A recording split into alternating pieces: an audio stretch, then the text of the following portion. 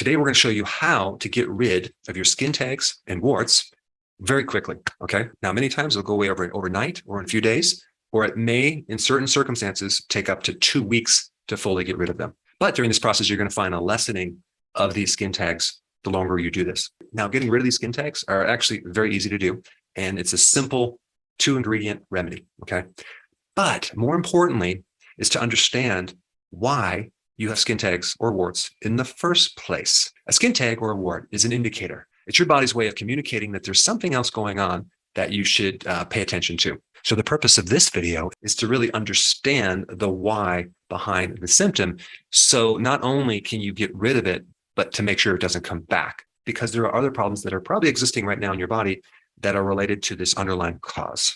So first of all, what do we know about skin tags or warts? Well, we know we have a growth of cells, and the term for that is an anabolic response, okay? Anabolic means the growth of something. It's actually a mini little tumor. It's a benign tumor. Benign tumors are not cancer. Cancer involves something called a malignancy, which it's spreading out of control. So a benign tumor happens at a very certain location, and it gets to a certain size, but it doesn't take over the body. And these skin tags usually are on the folds of your skin, on your neck, armpit, but there can be anywhere as well. It can be in your mouth, your esophagus, the trachea, the larynx, your private parts, your groin. They can be all over. Now, there is a high association between skin tags and warts and HPV, human papilloma virus. You have to realize that HPV are not just one virus.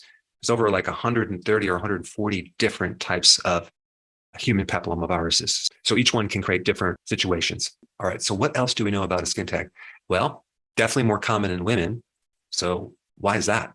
What's the difference between men and women? Well, women have more estrogen, for one thing. And also you see a higher incidence of skin tags when a woman gets pregnant, which would also validate this estrogen situation. And also estrogen is an anabolic hormone. So it makes cells grow.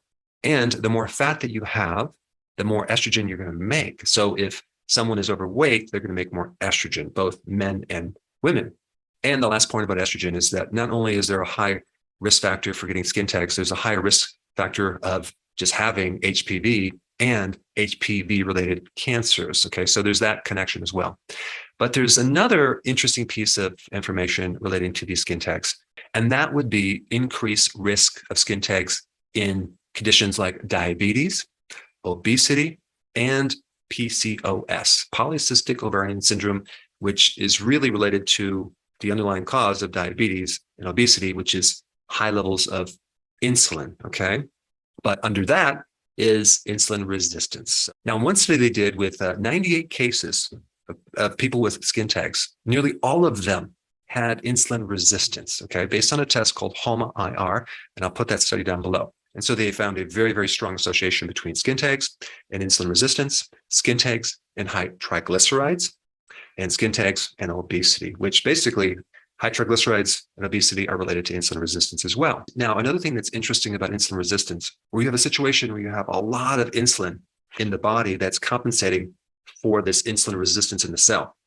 So when insulin is supposed to penetrate the mitochondria, the energy factory of the cell, to make ATP, which is energy, it doesn't do it to the degree it should. So then the body gets this feedback loop and it starts making a lot of insulin, but it's not connecting with the mitochondria. And when you don't have enough insulin connecting with the mitochondria, you get lower numbers of mitochondria. You get dysfunctional mitochondria, which is at the heart of both cancer and benign tumors, which are skin tags. So I believe that's the biggest mechanism of why people get skin tags, okay? It has to do with what's going on at the mitochondrial level. So I'm going to get to the remedy next, but I just want to emphasize the importance of understanding the mechanism behind skin tags and what you need to do about it. You need to fix insulin resistance, okay, as well as estrogen dominance if you have that problem. But chances are it's going to be more of an insulin resistance problem. And the solution for that is definitely getting on the healthy version of the ketogenic diet, as well as intermittent fasting, to make sure that after you get rid of these skin tags, they don't come back. All right, now let's talk about the remedy. It's really, really simple. You're just going to be using 2 things, iodine and garlic. What's interesting about iodine is not only can it inhibit HPV, but it also can help regulate estrogen. And I'm going to recommend a type of iodine that you can get at the pharmacy drugstore. It's called povidone iodine. It's less toxic and it's very soluble. Okay. And they use it even to treat burns. So you're going to use that. You're just going to use a few drops. You're going to get a little container, a little dish, put 2 drops of this iodine in it, okay, each day. And then you're going to take some fresh garlic and crush a little bit of it to get a couple drops, okay? So we're going to mix a couple drops of garlic with the iodine together, okay? You're going to mix it up, and then you're going to take a little cotton swab, put it directly on the skin tag or wart, and put a Band-Aid or tape over it, okay? And you're going to apply that same mixture just twice a day.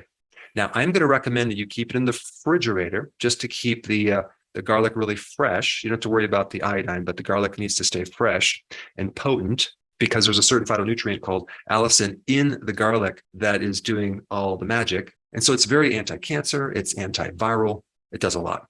Now, you're going to notice after even a day of using this that there's a significant shrinkage of the skin tag, if not completely gone. It really depends on how bad you have insulin resistance, okay? It could take up to 2 weeks, but you will see a lessening of the skin tag over time. Now, the next day, I recommend that you toss out the dish that you made the previous day and make a fresh batch. A couple drops of iodine, a couple drops of the garlic juice, fresh, because that way we can maintain the potency of the garlic, okay? And you can just cut up this garlic clove and just crush different pieces of it each day, and it'll go a long way. But we want that garlic fresh, and we're gonna put it on the area topically, put a little Band-Aid or a piece of tape, and you're just going to keep repeating this, applying it to the surface of your skin for up to 2 weeks if you need it for that long. And you can also use other things too. Other things will work, like zinc oxide, apple cider vinegar might work, oregano oil will work, but I think you're going to see the best results with garlic and this iodine. Now, a wart is also caused by a human papillomavirus, and you may need to shift to a slightly different remedy if needed, maybe not. But let's say the first remedy doesn't work, or you don't see any change within 1 week, then shift to this other remedy, which is either one of 2 things. You can use salicylic acid. You can get it from the drugstore in little patches, or just crush an aspirin up and put some of this aspirin topically in some water with a Band-Aid or a tape and apply that.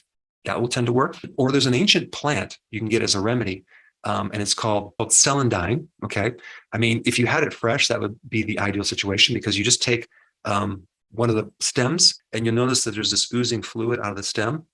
You would put that topically. It's very, very potent to viruses, and you put just a little drop on that, put a Band-Aid or tape. But the most important thing about this video and the emphasis is to correct the underlying reason why you have these in the first place. And I highly recommend you get started on this right now while it's fresh in your mind. So I put the first video up on this playlist right here. Check it out.